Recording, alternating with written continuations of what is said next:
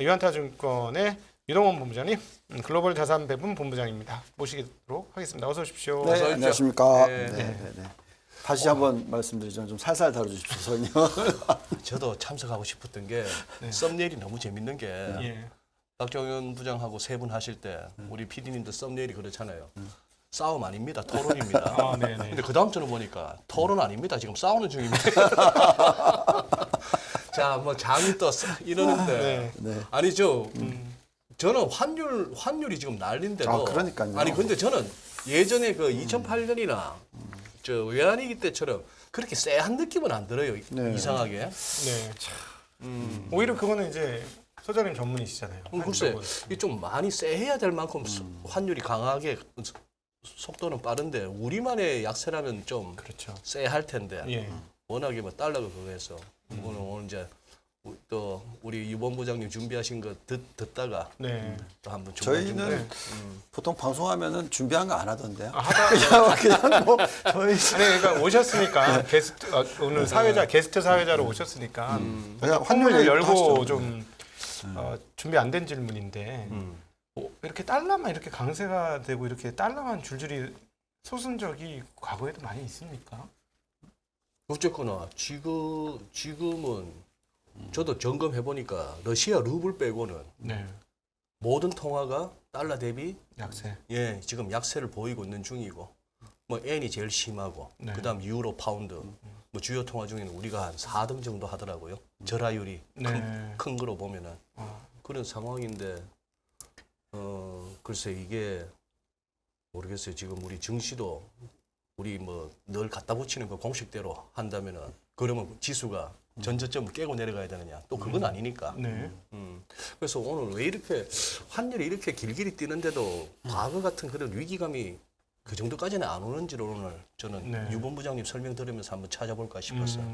근데 옛날 같았으면 지금 분명히 위기 타이밍이에요. 이 정도면. 그렇죠. 네. 예. 근데 지금은 우리만 그런 게 아니니까 묻어가고 있습니다. 그러니까 금융위기 이후에 이런 레벨 처음 보니까. 네. 근데 사실은 뭐 지지난주까지 좋았던 미국 증시도 지난 한 주간은 나스닥이 2% 이상 빠지면서 네. 드디어 이제 랠리 끝이야? 가는 거 끝이야? 아니야? 막 이런 고민하게 만들었어요. 시장에서. 충분히 고민하게 만들고 있고 저는 이게 준비하신 거 좀 듣고 해야 되는데 아니요. 그냥 하시죠, 그냥. 네. 어차피 뭐 준비한 거 못 합니다, 우리. 연준이 물론 연준이 그렇게 힘 있는 존재인지는 모르겠으나 연준이 가두리에 가두고 싶다 시장을 그런 느낌을 좀 진하게 받았습니다. 왜냐하면 지난 한 주간 5명의 연준 총재들이 발언을 했는데 발언이 한결같이 강세였어요. 매파적인 발언을 했었거든요. 근데 아무리 봐도 조금 그 옛날 FOMC 회의 할 때마다 이 사람들이 서로 의사소통이 상당히 많이 된 것 같지 않습니까? 마치 단일 대우 군대처럼 예. 비슷하게 얘기를 해주는 그런 성향인데 어떻게 보십니까? 글쎄요, 저는 지금 솔직히 말해서 원화에 대해서 그러니까 달러가 강세를 갔다고 하지만 지금 전에도 봤었잖아요. 109. 지금 다시 108 좀 넘어갔는데. 달러 인덱스가? 네, 달러 인덱스가. 지금 원화는 지금 뭐 전에 못 봤던 숫자 지금 보고 있잖아요. 네. 그러니까 지금 원화가 이렇게까지 특출나게 약세로 가는 이유가 있나? 이게 또 이제 항상 이게 양쪽으로 얻어맞는 것 같아요. 네. 옌 약세될 때는 옌 따라가고, 그렇죠. 또 위안화 약세될 이번에는 때는 위안화 약세죠. 따라가고. 네.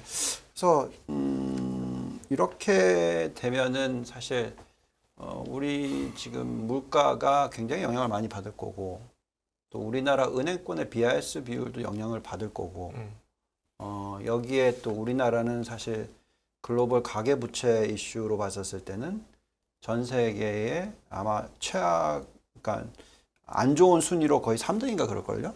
그렇다 보니까 이거 저는 좀 쎄하거든요. 한국을 보고 있으면. 쎄하시다. 그래서 사실 이걸 어떻게 봐야 될지 저도 요즘에 제가 한국 증시를 아주 자세하게 들여다보진 않는데 지금 사실 저희가 액션을 취한 게 안 맞아 들어가고 있잖아요.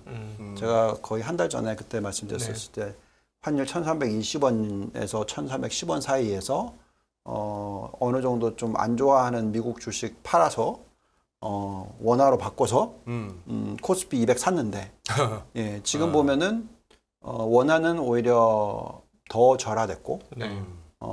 코스피 200은 제가 산 가격보다는 조금 위에 정도. 네. 그러니까 오히려 예, 그냥 환율로 그냥 들고 있었어도 그냥 달러만 들고 있었어도 오히려 더 수익이 난 환경이거든요. 예. 그래서 이게 진짜 맞는 건가? 저도 헷갈려요, 사실.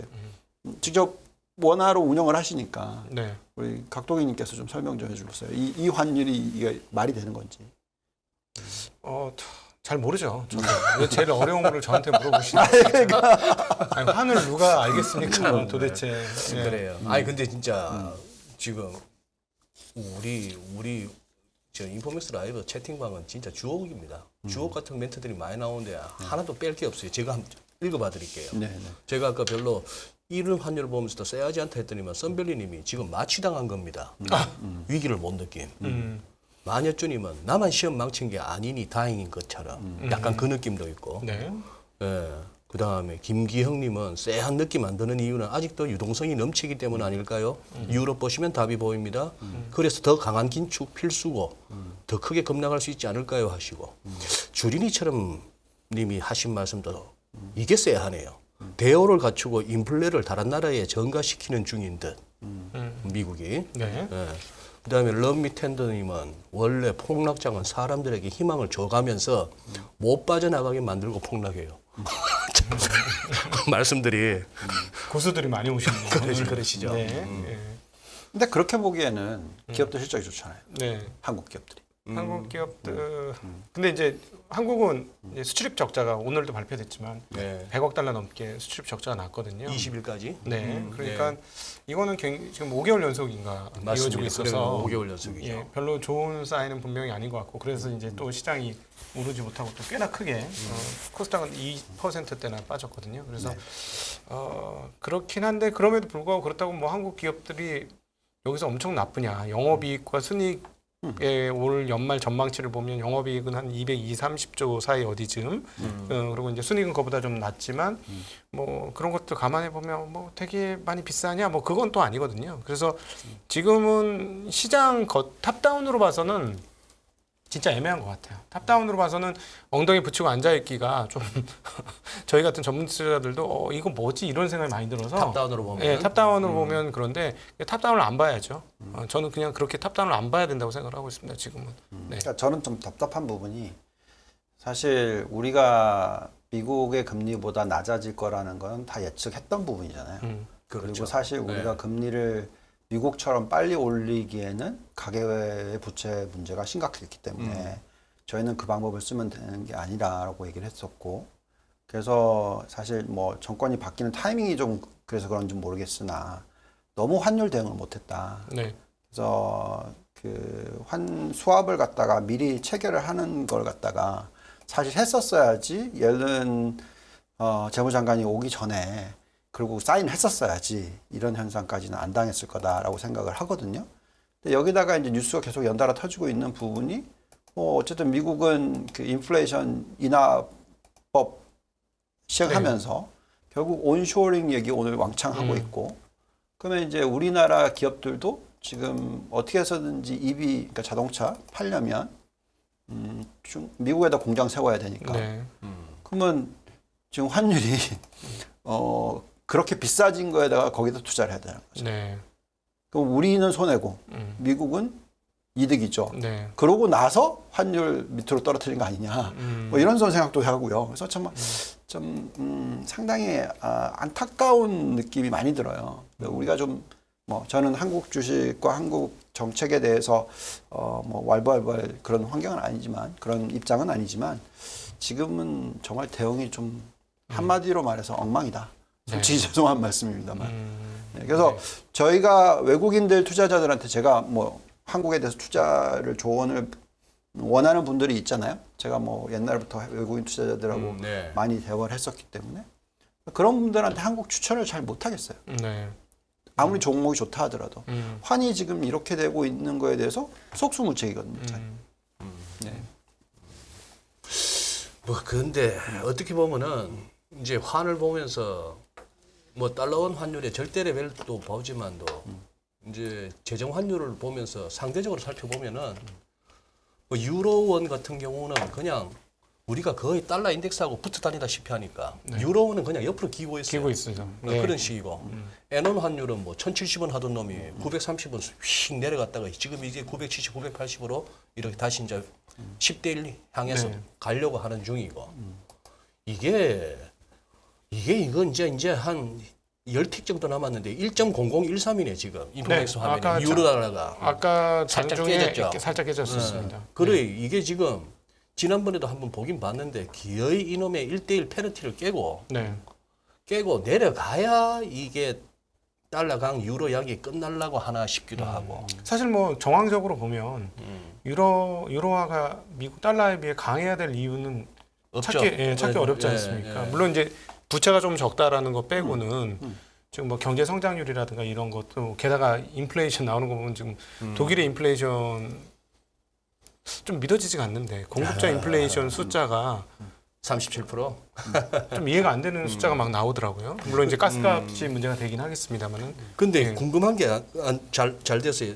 유 본부장님 지금 네. 미국 쪽에 지수가 이제 나스닥 같은 경우에 많이 밀렸다가 제법 반등했잖아요. 그렇죠. 반등한 상황에서 지금 이 환율이면은 미국 주식은 오히려 수익률에서 더 낙폭이 더 줄어들었겠네요. 그러니까 이제 결국 뭐 우리가 지금 투자를 하는 그러니까 저희 입장에서 네. 한국 투자자분들을 미국에 투자를 하게 만드는 입장. 뭐 사실 미국 투자 아니라 글로벌 투자지만 네. 뭐 당연히 수익률은 더 좋아지죠. 환율 때문에. 환율 때문에. 하지만 어쨌든 지금 현재 시점에서 우리가 그 미국 자체적인 기업들의 수익으로 계산을 하면 아무래도 S&P 500 기업들로 봤었을 때 평균적으로 해외에서 매출이 일어나는 비중이 약 한 40% 정도. 그러니까 당연히 뭐 오히려 더 이익이 많이 잡힐 수는 있겠지만, 뭐 나스닥 같은 경우에는 IT 기업들의 매출이 해외 쪽이 60% 네. 반대란 말이죠. 그러니까 오히려 또 실적이 또 악영향을 받을 수가 있겠죠. 네. 그러다 보니까 지금 오늘 딱 뭐 숫자 보시면 금요일 날 나스닥 쪽이 더 많이 빠졌죠. 네. S&P 500보다도 그런 현상이 일어나고 있어요.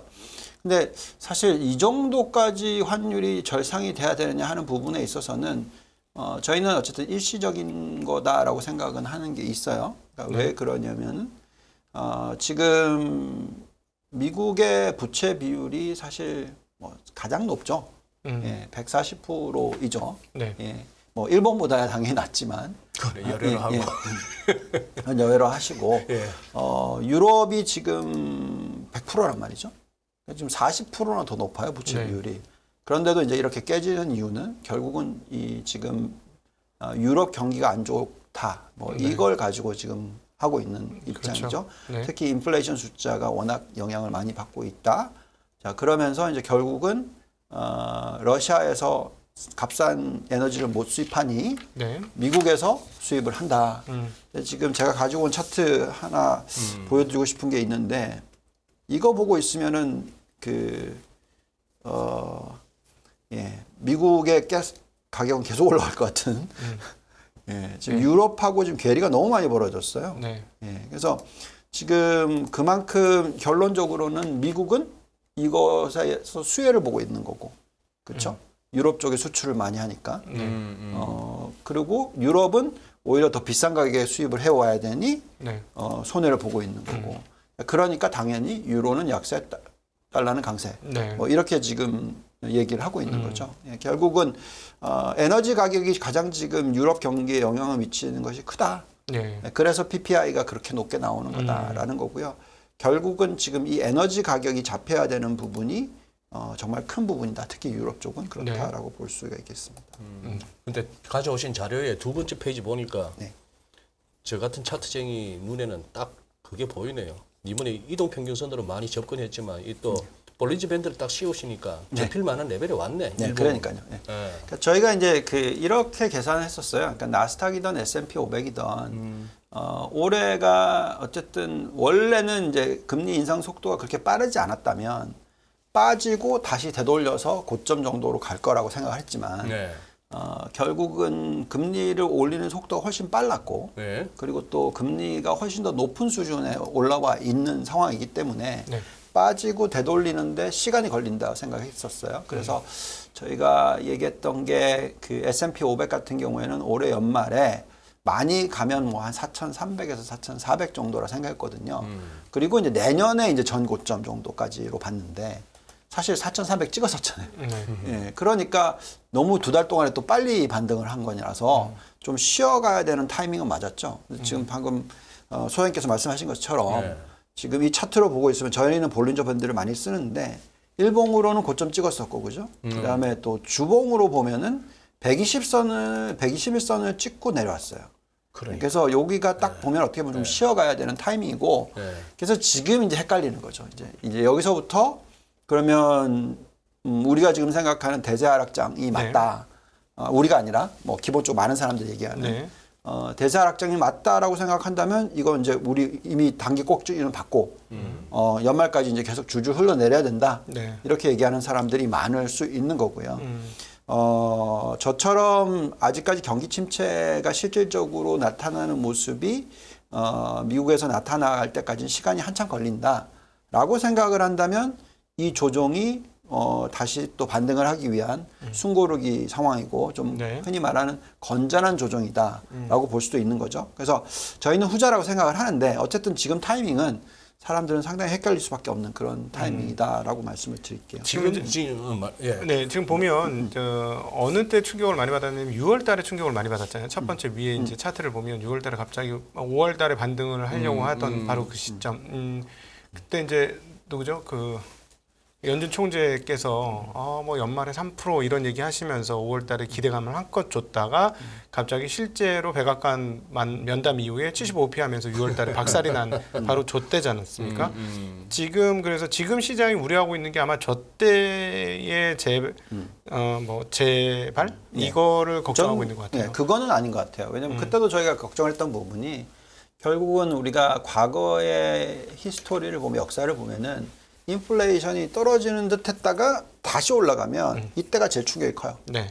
그게 바로 6월달 6월달에 또 그랬었죠. 예, 예. 그래서 그게 이제 여기 차트를 보시면 원래 여기서 끝났었어야 될 텐데 한 레그 다운 시킨 거죠. 네. 예, 그리고 이제 반등을 하고 있는 상황이고 그럼 이제 결론적으로 이제 지금부터 인플레이션 숫자가 어떻게 나오냐는 건데 저희는 물론 가스 가격은 좀 틀립니다. 지금 현재. 네. 예. 네, 어쨌든 유가가 더 중요한 거고 전반적인 에너지 가격 부분이라든지 원자재 가격 부분을 다 감안했었을 때 저희는 인플레이션은 좀 많이 떨어질 수 있는 환경이라고 생각을 해요. 지금 현재 시점으로 보면은 연말까지는 아마 한 0% 정도까지의 그러니까 지금 지난달이 그 전달 대비해서 0% 상승이었잖아요. 네. 그러니까 너무 많이 올랐기 때문에. 네. 그래서 결국은 0% 수준으로 쭉 이어진다면은 이제 작년 동기 대비해서 얼마까지 올라가느냐 이 계산을 해보면은 연말에 한 5%대 초반 중반 정도. 그다음에 내년 1, 4분기 말이 되면 한 3%대 초반 중반 정도까지 떨어지는 숫자가 나와요. 물론 그게 아니라 선으로 보면 밑에서 한 네 번째 정도의 선 같은 저런 경로로 갈 것 같다. 네, 그 정도로 저희가 지금 보고 있고요. 이렇게 되면 이제 미 연준이 50bp, 25bp, 25bp, 그다음에 이제 내년에는 한 번 정도 더 올리고 끝. 뭐 이 정도로 네. 저희는 생각하고 있는데 그게 아니라 뭐 인플레이션 더 높게 나온다면 걱정스럽습니다. 근데 지금 연준 총재들의 발언들이 시장이 너무 안심한다고 해서 경고를 주기 위해서 그런 건지 모르겠습니다만 니일 카시카리조차도 4% 봐야 된다라고까지 지금 얘기를 하잖아요. 그러니까 카시카리가 그 빡빡이 형 맞죠? 율브리 있는 형 카시카리 아닌가? 그거 잘 모르겠습니다. 글로만 봐가지고. 글로.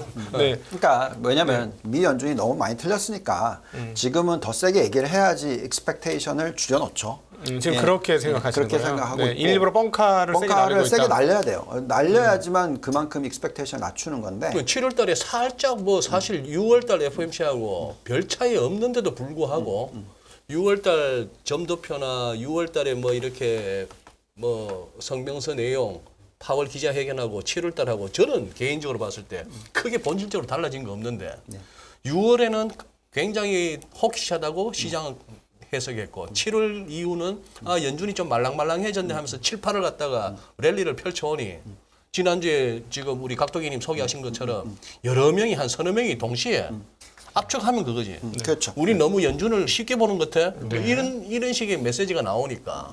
그러니까 저는 이제 지금 현재 숫자에 있어서는 뭐 어떻게 바뀔지는 모르겠으나 지금 여기 보면 미시간 이 소비자 인덱스 서베이하고 미국의 인플레이션 숫자를 그어 놓으면은 거의 같이 움직여요. 예, 근데 지금 보시면은 이미 벌써 리테일 인덱스 서베이는 뭐 확연하게 떨어졌고 그렇기 때문에 인플레이션이 지금 8%대 중반인데 올해 연말까지는 5%대 미만으로 떨어진다. 예, 이 정도는 저희는 보고 있어요. 근데 내년도 아마 또 떨어질 건데 이제 중요한 거는 이제 미 연준이 계속 얘기하는 2%. 2%는 힘들다. 네. 지금 이 임금 상승률 수준으로 계산했었을 때는 2%는 힘들고, 근데 이제 미 연준이 그럼 2%보다 높은데 네. 금리를 안 올리냐? 이게 중요한 거죠. 네. 그래서 저희는 이번에 오는 그 인플레이션 숫자와 이번에 오는 GDP 성장률의 숫자는 명목상으로는 지금은 명목상 성장률이 거의 두 자릿수니까 그게 떨어져서 아마 한 5%대에서 6%대로 떨어질 거다 생각합니다. 그렇지만 인플레이션이 3%대로 조정을 받고 실질 성장률은 또 3%대로 조정을 받고 그 정도로 보고 그게 우리가 얘기하는 뭐 뜨뜻미지근한 것보다는 좀 더 뜨거운 정도의 어떤 골디락스가 되지 않을까라는 생각을 갖고 있는데 근데 만약 그게 틀릴 수도 있죠. 네. 즉 인플레이션이 제대로 빨리 안 떨어지고 미 연준이 지금 얘기하는 게 진짜 전부 다 사실이고 네. 그래서 생각보다 높은 인플레이션이 계속 유지가 된다. 그렇다면 미 연준은 말씀하신 대로 4%까지 올려야 될 거고 네.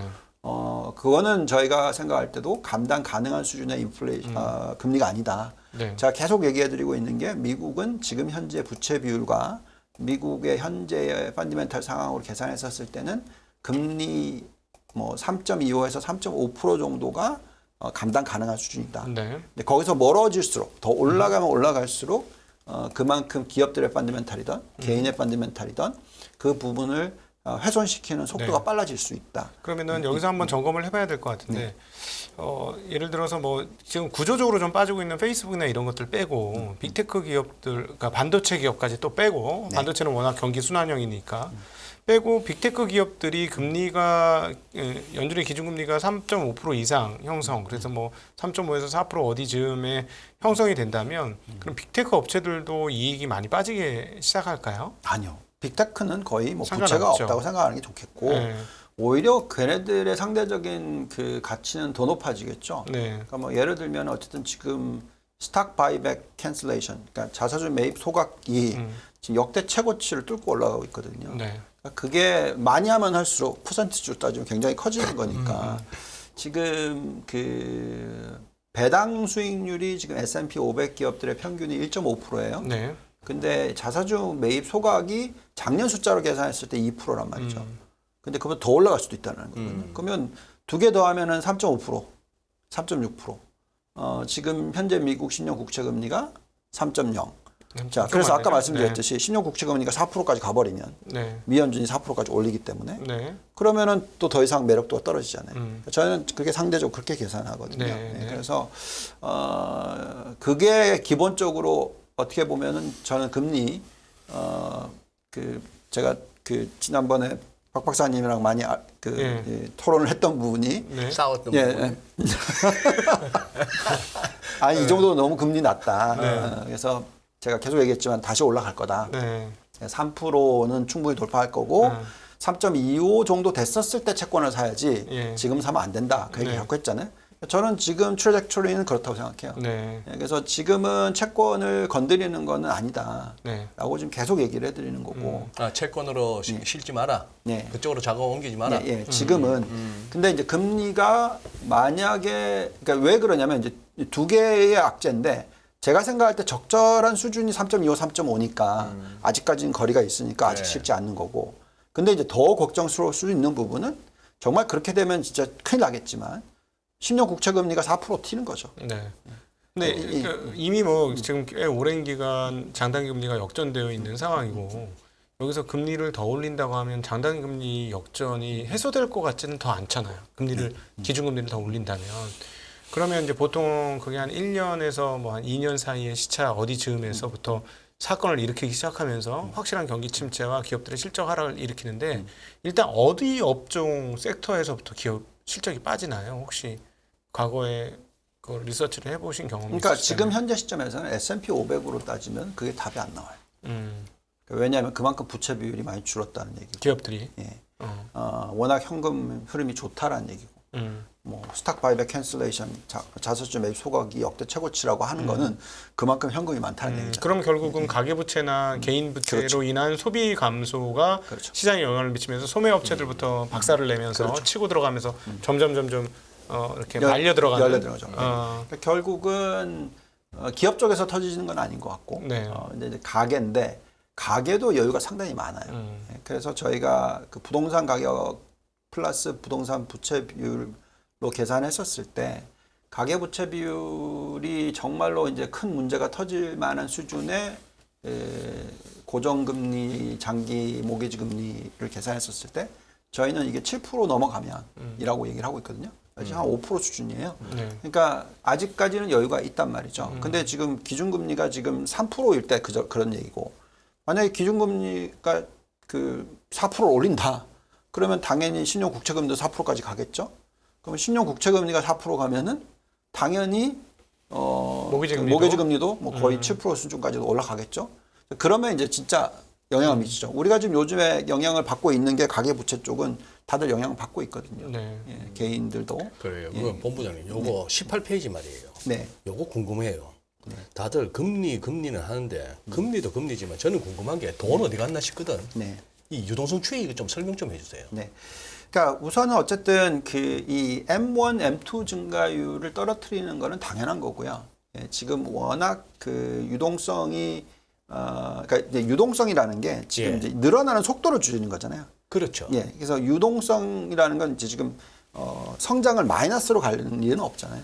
예. 예. 그래서 원래 기본적으로 지금 보시면은 이 정도로 이 M1, M2 증가율이 높았었다면 과거에 그러니까 이 수준이었다면은 사실 이 숫자로 계산하면은 미국의 고점은 훨씬 더 커졌었어야 돼요.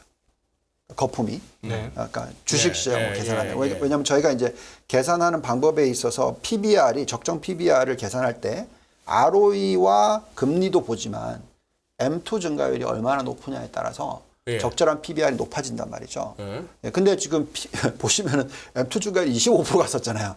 네. 그러면 사실 PBR이 엄청나게 더 늘어나야 되는 거거든요. 근데 그렇게까지 과거 닷컴 버블 시대까지 닷컴 버블 때는 이 M2 증가율이 이렇게까지 높아진 적이 없어요. 뭐 거의 한 10%대 초반 중반 정도? 네. 그 정도까지밖에 안 늘었는데 그렇게 많이 올라갔단 말이죠. 그래서 결국은 지금 현재 시점에서는 주식 시장으로 돈이 막 몰렸었느냐? 아니었고요. 돈이 어디로 몰렸었느냐? 채권이었단 말이죠. 채권이 어떠한 자산군으로 보더라도 가장 역대 최고의 거품이었다. 네. 왜냐면 0%였으니까. 예. 그게 오히려 저희는 오히려 여러 가지 유동성이 그쪽으로 흡수가 됐다고 생각하고. 지금 저 그래프에서 이렇게 여쭤보고 싶은 거예요. 네. 저 그래프 미국 유동성 추이 해가지고 저 그래프를 보는 순간에 야 미국 내에 유동성이 줄어드나 보다 싶은데 말씀하신 대로 파란색 M1 증가율, 오렌지색 M2 증가율이지 네. 여전히 증가하고 있어요. 그러면은 시장이든 이 뭐 어쨌건 실물 경제든 유동성은 더 계속 증가하는데 증가는 속도가 줄었다는 것이지. 그렇죠. 네. 그 말은 그러면은 주식도 그러면은 지수 차원을 봤을 때 연초 대비 다 빠졌어요. 빠져서 제법 이제 뭐 절반 가까이 뭐 어디는 뭐 3분의 1 이렇게 회복 반등 나와서 이 정도인데 했으면은 채권도 생각해 봅시다. 채권도 그러면 금리가 그렇게까지 올랐으니 채권 가격이 떨어졌을 거고 그것도 채권 처분한다고 또 채권 시장도 뭐 피철철 켜사고 난리 쳤단 말이죠. 비트코인이나 알트코인 박살 났어. 뭐 이런 식으로 했다면은 돈들이 좀 유동성이라고 표현할 만한 그쪽에 이렇게 끼일 만한 뭐가 좀 태워져 없어졌다고 봐도 되나요? 부품했던 그 숫자들 중에. 그러니까 참 이 개념이 애매해가지고. 그러니까 어쨌든 예. 그냥 다 무수익성 자산으로 가 있었다라는 얘기죠. 그러니까 그 절대 가치, 그러니까 뭐라 그러나, 그러니까 채권 같은 경우에는 그냥 들고 있으면은 어쨌든 0이잖아요. 그렇죠. 예. 예. 그죠? 금리가 어떻게 물론 평가손이 막 일어나긴 하지만 뭐 딱 픽스드 인컴이니까. 그러니까 사람들이 그걸 보고 그냥 어쨌든 간에 거기에다 돈이 더 들어갔다는 얘기고 여태까지 그래 왔다는 얘기고 근데 이제 금리가 올라가니까 거기서 돈이 빠져나왔어요. 근데 그걸 가지고 그냥 현금을 들고 있는 케이스가 된 거죠. 지금 현재 시점에서. 네. 근데 보시면은 또 예금 증가율이 빠지고 있잖아요. 예금 증가율. 예. 예. 예금 증가율이 이렇게 빠지고 있잖아요. 그만큼 또 미연준이 그만큼 그 여태까지 풀던 돈을 또 회수하고 있는 게 맞죠. M1, M2 증가율이 빠지고 있으니까. 네. 예, 그래서 지금 현재 시점에서는 그럼 그 유동성이 어디가 있냐라고 했었을 때 그냥 어디로 미국으로 계산하면 어디에 가 있었냐? 그냥 개인들의 순자산 가치로 간 거죠. 네. 예. 그러니까 지금 어떻게 돼 있냐면 개인들의 순자산 가치가 GDP의 6배 반, 7배까지가 갔거든요. 네. 이게 이렇게 막 돈 유동성 풀 때 그 개인들이 그 전에는 한 400%대였으니까 거의 뭐 2배 수준으로 늘었단 말이죠. 네. 그러니까 무슨 말이냐면 개인들이 그만큼 개인들의 부채 비율이 또 떨어졌다는 얘기예요. 그리고 또 돈을 풀었을 때 그 돈을 갖다 개인들한테 줬다는 얘기고. 네. 근데 개인을 지금 소비를 하고 있는데 그래서 소비 여력이 있어서 네. 소비가 안 깨진다라고 지금 얘기를 네. 하고 있는 거죠, 저희는. 그러니까 사실 저는 그 부분이 가장 궁금한데 뭐 저는 뭐 인간관계가 짧다 보니까 미국에 친구들이 별로 없어요. 연락해가지고 너희 어떠니 저떠니 좀 물어보고 싶은데 나는 한 명도 없는데. 있긴 있으시구나. 아니, 미국 중산층이 이번에 재정으로 받은 돈이 어마무시한 어마무시한 거죠. 왜냐하면 부채 비율이 가계 아니라 정부 부채 비율로 보면 어쨌든 간에 지난 2년 반, 3년 동안에 거의 50% 늘렸단 말이죠. 네. 그 GDP의 50% 누구한테 준 거예요? 다 개인이란 말이에요. 이번에는 재정을 썼죠. 옛날에 리만 때는 은행에다 풀었지만. 그래서 지금 근데 부채 비율은 안 떨어졌어요. 올라가지도 않았고 그냥 80%대 정도로 돼 있잖아요. 그럼 무슨 얘기냐면은 부채가 늘어나는 속도와 네. 순자산 가치 늘어나는 속도 같이 올라갔다는 얘기잖아요. 그래서 지금 저는 사실 미국의 가계만큼 튼튼한 게 없다 지금 현재 시점에서. 그러니까 그런 거를 뒤집어서 생각해 보면 지난 주말에 그 부분에도 곰곰이 생각해 봤는데 그게 이제 뒤집어서 생각하면 어떤 일이 벌어지느냐. 주식시장이 살아있는 한 개인들의 소비 여력은 굉장히 살아있다. 미국 같은 경우. 그러면 개인들의 소비 여력이 살아있는 한 인플레이션은 안 죽는다. 그럼 이 이꼬로 어떻게 되냐면 미국의 주식시장이 살아있으면 인플레이션도 여전히 살아있기 때문에 연준은 금리를 올릴 수밖에 없다. 이런 상황으로 가고 잘못하면 9월 달에 뻥카가 아니라 실제로 75p를 다시금 재상승시킬 수도 있다. 그래서 거기서 예. 그러니까 결국 이제 우리가 계산해야 되는 부분이 우선 에너지 가격 싹 빼고 네. 그러면 이제 결국은 임금 상승률이 지금 6%니까 그죠? 아니면 시간당 임금 상승률 5%니까 결국 인플레이션이 적어도 4~5% 정도는 영향을 미칠 수 있는 그런 환경이다. 네. 그러면 결국 절반은 날리고 그러면 이제 인플레이션이 4~5%냐 아니면 2~3%냐 이거잖아요. 근데 사실 뭐 임금 상승률이 5%라고 해서 인플레이션이 그만큼 다 가격이 올라가야 된다 이건 또 아니잖아요. 네. 예, 왜냐하면 어느 정도 실질 성장률이 있어야 되는 거니까. 그래서 이제 그런 환경으로 되돌아갈 수 있는 것도 있겠죠. 그래서 지금 필요한 것은 결국 부동산 가격이라든지 기본적으로 여러 가지 부채 비율, 그러니까 가계 부채 비율이 올라가는 영향을 미칠 수 있을 만한 요소들을 해소시켜줘야 되거든요. 그래서 저희가 생각할 때는 어쨌든 옛날 같이 낮은 인플레이션 시대는 없어요. 네. 그거는 뭐 당연히 아니라고 얘기했고 채권 금리를 보더라도 마찬가지고 그래서 저희는 아마 미 연준이 앞으로 어느 정도 인플레이션을 용인할 거냐 이거거든요. 네. 근데 4% 5%는 용인 못하지. 근데 2%가 타겟이면 그것보다는 좀 높은 3% 정도 시대는 용인하지도 않을까라는 생각인 거고요. 네. 만약 그거를 용인 못하겠다고 해서 금리를 더 올린다면 그거 타면은 그거는 오히려 어떤 미국의 어떤 장기적인 미래의 성장성을 더 떨어뜨리는 요소로 작용할 거라서 네. 저는 걱정스럽다는 거고요. 그래서 저는 인플레이션에 대해서는 과거에는 너무 지금 에너지 가격이나 여러 가지 요소들이 같이 맞물려 가지고 터졌던 현상인데 이제 앞으로 어떻게 될지를 봐야 되는데 미국이 지금 온쇼링을 하면서 네. 그 상당 부분의 인플레이션 부분들이 지금 들어왔단 말이죠. 예, 그래서 앞으로는 이제 YOY 숫자가 그렇게까지 더 올라갈 거냐 하는 부분을 또 다시 봐야 된다는 얘기죠. 온쇼링 되면 인플레이션이 더 가지 않을까요? 그러니까 그래서 네. 그러니까 그 부분이 예. 이미 영향을 많이 미친 게 아니냐라는 거죠. 그러니까 원래 기본적으로 이런 거예요. 만약에 지금 미 연준이 저렇게까지 했었을 때 그러면 실업률이 올라가야 되고 실업률이 올라가는 과정에서 임금 상승률이 떨어져야 되는데 네. 그게 아니라 온쇼어링을 하고 있으니까 그게 안 떨어지잖아. 그러니까 결론적으로는 그래서 내수 시장이 살아있고 내수 시장이 살아있으니까 인플레이션이 옛날처럼 마이너스 뭐 1에서 1.5% 사이가 아니라 네. 이제는 3% 시대가 됐다 이거죠. 근데 그게 4% 시대가 되느냐 5% 시대가 그건 잘 모르겠어요 저도. 네. 예. 근데 그렇다면 어쨌든 우리가 뭘 해야 되냐면 그럼 미국 주식을 사야 돼. 어쨌든 미국의 인플레이션을 전가할 수 있는 기업을 사야 돼. 네.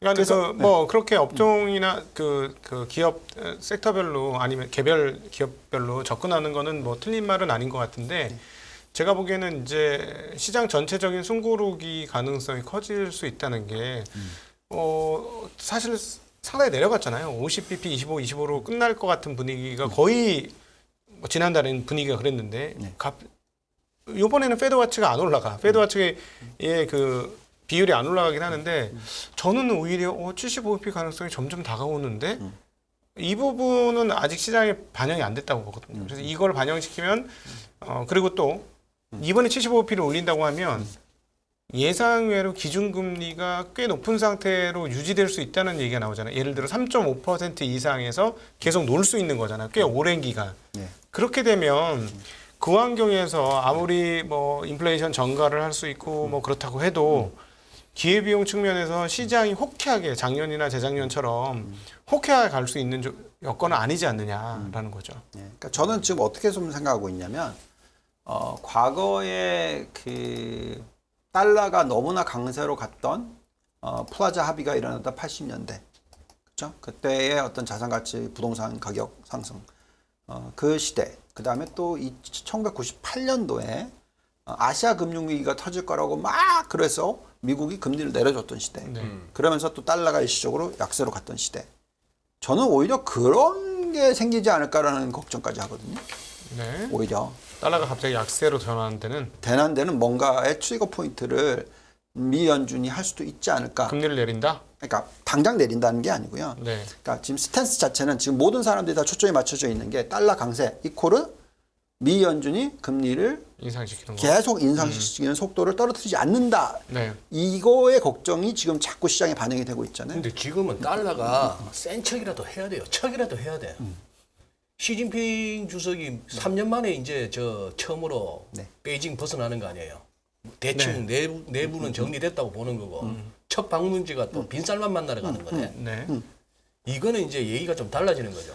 이미 루블하고 위안 가지고 자기들끼리의 통화 권역을 한번 만들어 보겠다는 거는 역사적으로 봤을 때 미국으로서는 굉장히 거슬리는 부분인데 그렇죠. 지금 이제 페트로달러 시대도 저물었고 그러면 이제 달러 뒤에 석유도 이제 사라진 그런 상황 하에 저기 가서 지난번에 그렇게 우사를 당했는데 시 주석은 엄청나게 환대받고 뭐 성명서가 나오는데 빵빵 터지고 뭐 이런 식으로 되면은 이 달러 패권 문제도 있으니까 지금은 아직은 너희들 달러 우습게 알면 안 돼 하는 쇼라도 해야 되고 그러니까. 죽을 맛인 것 같아. 지금 보면은 뭐 인플레 잡으려 하다가 시장 빠지면 11월 달에 선거 앞두고 장 여기서 더 빠져버리면 그것도 난감한데 그렇죠. 지금 마무리는 해야 되는데 말 난 김에 요거만 두 개만 다 문 닫다. 네. 애플 네. 좀 이렇게 애플이란다. 테슬라 네. 약간 거시기한데 요번에도 지금 주식 분할로 요걸 넘길 것 같아요. 네. 약간 고비가 보이는데. 저는 테슬라는 좋아합니다. 좋아한다. 여전히, 여전히 좋아하고요. 네. 미국의 이 혁신의 아이콘일 수밖에 없고요. 예, 그래서 지금 현재 시점에서 모든 부분들이 미국의 어떤 이 패권을 잃지 않으려고 하는 부분, 그리고 미국이 앞으로 계속해서 4차 산업혁명에서의 중국보다 더 앞서가는 모습을 보여주려면 테슬라가 살아있어야 돼요. 그래서 지금 여러 가지 법안이 통과하는 부분이 다 테슬라에는 오히려 플러스적인 요소인 거죠. IPA는 완전히 테슬라한테 최고의 법안이죠. 네. 인플레 방지법. 감소법. 네. 그나마 우리나라가 그래도 쫓아가려고 하고 있고, 왜냐하면 어쨌든 공장을 빨리 열겠다 이거잖아요. 6개월 빨리 하겠다고 지금 착공을 빨리 하겠다고 하나했습니다. 그래서 네. 저희는 우리나라와 테슬라의 관계가 나쁘지는 않을 것 같고, 요번에 아이오닉 5 네. 그죠? 그다음에 이제 아이오닉 6 요즘에 또 뭐 이미지 나오는 것 같고 그래서 저는 좀 헷갈리는 부분이 우리나라의 수출 기업들의 경쟁력은 더 좋아진 것 같은데 네. 예, 이렇게까지 환율이 깨지니까 저도 그게 좀 사실 의아하고요. 근데 어쨌든 소장님의 질문에 있어서는 저는 테슬라가 좋고요. 지금 1.5배짜리 그 ETF도 나왔어요 이제. 테슬라. 네. 네. 그러니까 요즘에는 정말로 이제 개별 종목 가지고도 ETF를 만들어. 야, 대단하다. 대단하죠. 아니 뭐 그렇긴 한데 뭐 일론 머스크를 비롯해 갖고 그 테슬라 그 공신들은 스탁 옵션만 행사하면 한 74불 몇 센트인가 그걸로 해가지고 그걸 10배 이상에서 팔아먹을 수 있으니까 뭐시 우리가 약간 호구된 느낌도 들고 아니 걔들 수고한 건 인정하고 그건 하지만 좀 그렇잖아. 근데 저는- 74불로 스탁 옵션 했으면 한 150불 쳐주면 뭐 근데 저는 떡을 치는 거지 뭘 갖다 800불 900불씩 해서 팔아먹게 해줘. 근데 저는 이제 이렇게 생각합니다. 예. 그 우리 소장님이나 뭐 우리 그러니까 뭐 당연히 소장님 우리 시대에서 네. 우리나라의 기업 구조는 나이 올라갈수록 일 안 하잖아요. 예. 네, 그렇잖아요, 사실. 근데 테슬라는 예. 그 회사는 어떤지 아시잖아요. 얼마나 일을 열심히 하는지 완전히 그 어떻게 보면은 흔히 말하는 스타트업의 개념이잖아요. 일 안 하면은 잘라버리잖아. 그런 회사는 성장할 수밖에 없다고 저는 생각해요. 아니 그럼 뭐좀 성질도 좀 지랄맞은 CEO 모시면서 일까지 그렇게 빡시게 시킨다고? 그럼요. 엄청나게 일을 월급은 하죠. 많이 주는가? 많이 주죠. 그럼 지금 스탁옵션 얘기를 하셨잖아요, 지금. 알겠습니다. 네. 근데 본부장님 그래 일단 그래요. 아유 뭐 이런 소리 했더만 제가 너무 올드하다네요. 아니에요.